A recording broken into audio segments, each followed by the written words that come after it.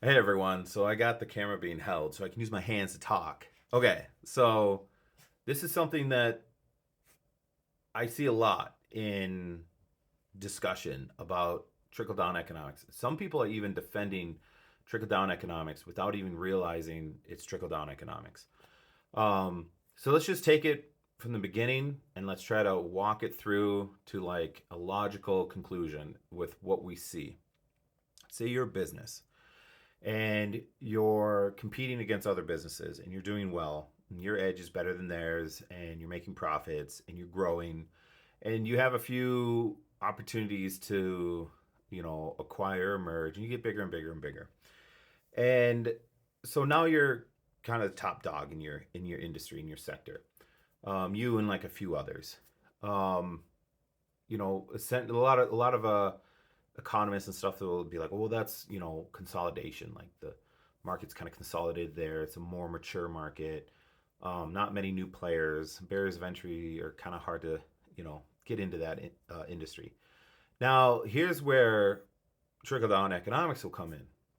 So people are like, oh, okay, well, we'll give tax cuts to this very well off, successful company because you're not big like say Walmart without being successful. Like it doesn't work that way. So and I mean like they got profits. They're not working on this profit line margin. Like, well, oh no, like we didn't make profit today. We're going to shut down for the next week until prices are the way we want and make price profit again. Um, what the hell? Okay, well, there's a just a heads up. There's some sort of filter on this that is making my face really smooth. I thought it was just a background blur, but it's doing something else too. Anyways, so now the idea is like, let's give tax cuts and funding to these profitable businesses right there. Why are we giving tax cuts? Let's not even call it funding. Let's just, because there are grants and stuff like that that go to these companies to try to convince them to go in other directions. Those are just tax cuts. They're already profitable and successful and own, like, dominate the market in that sector. Why do we need to give them tax cuts? What would that do? A lot of people will say, oh, well, it would give them the funds they need to make more. Let's just stick with Walmart's, more Walmart stores, and and hire more people for those stores. So, well, why would they do that? They're already doing that, and they're profitable. They have the money to do it already. Are they just like, oh, if I just had a little bit more money, I would open another Walmart?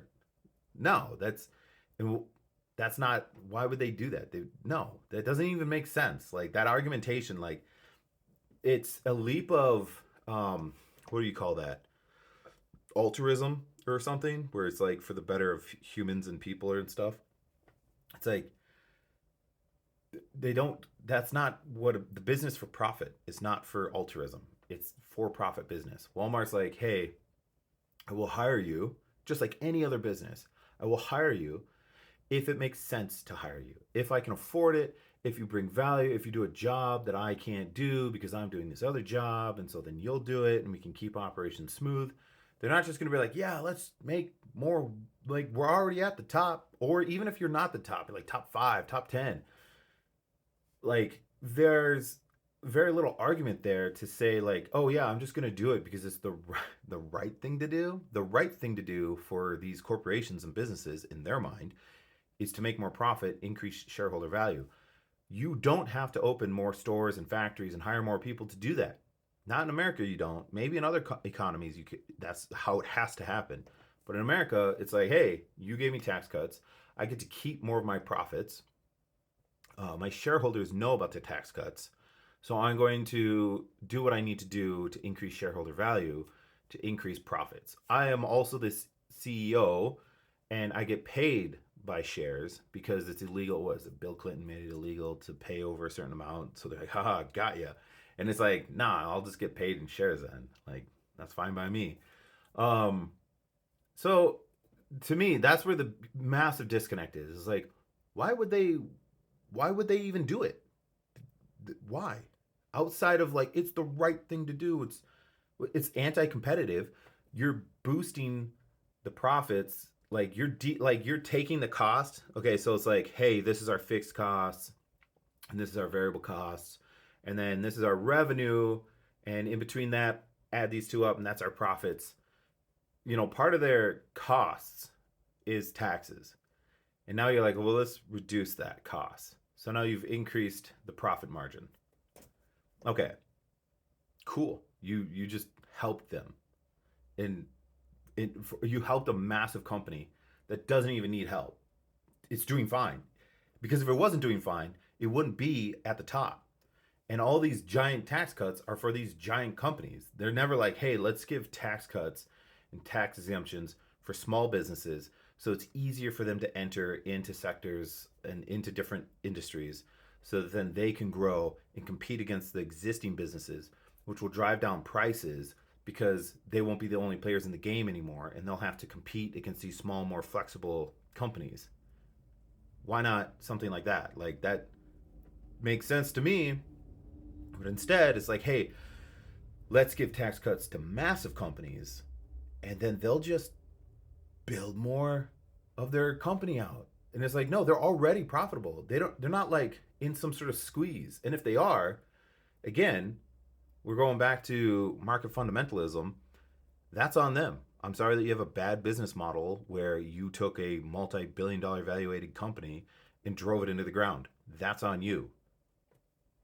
Let the market run. You can't have it both ways. You're like, oh, I want free market like fundamentalism and I want free market like laissez-faire values, and then but I also just want to like bail it out when it needs help.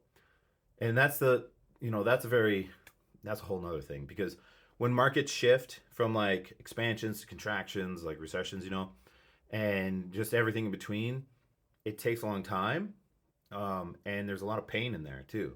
And I understand people wanting to reduce economic pain um, during these transition periods. I get that. It's tricky though, because you don't know how long it's going to last. You don't know everyone it's going to affect. You don't know if any of the legislation you pass is actually going to reach the people that you want to help. It's a whole thing, which is not the discussion of this video. This video is about why trickle down economics does not work. What is the incentive? Why would they? Why would Walmart, if you gave them, hey man, you know what, Walmart, you're amazing, we love you, 10% flat tax for you forever. What? Walmart, like, you lower it enough, Walmart would be like, oh, I'm just gonna buy out all my competitors. But then you got antitrust laws that's like, hey, we don't want monopolies, because some people mistakenly think that a monopoly will bring lower prices. It's the opposite. Competition, lots of players in the game bring lower prices. Monopolies create waste and can bring higher prices because they are price setters. They get to control that. Anyways, yeah, maybe I'm not seeing other people's logic. Yes, I do believe there are cases that coincide with someone getting a tax cut, and then they're like, well, we were going to build this factory anyway, so now we can attribute it to this tax cut. So now we can portray that tax cuts give us incentive to expand.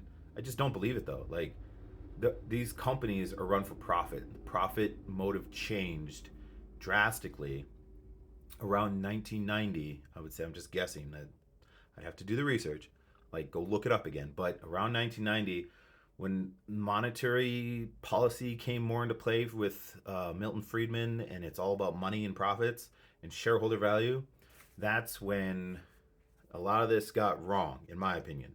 When Americans got started treated like consumers instead of workers, and when shareholder value was the most important thing, not the service, not the product, not your customers, not helping, expand economic activity, shareholder value. That's all that matters. To me, that's wrong. I don't agree with it.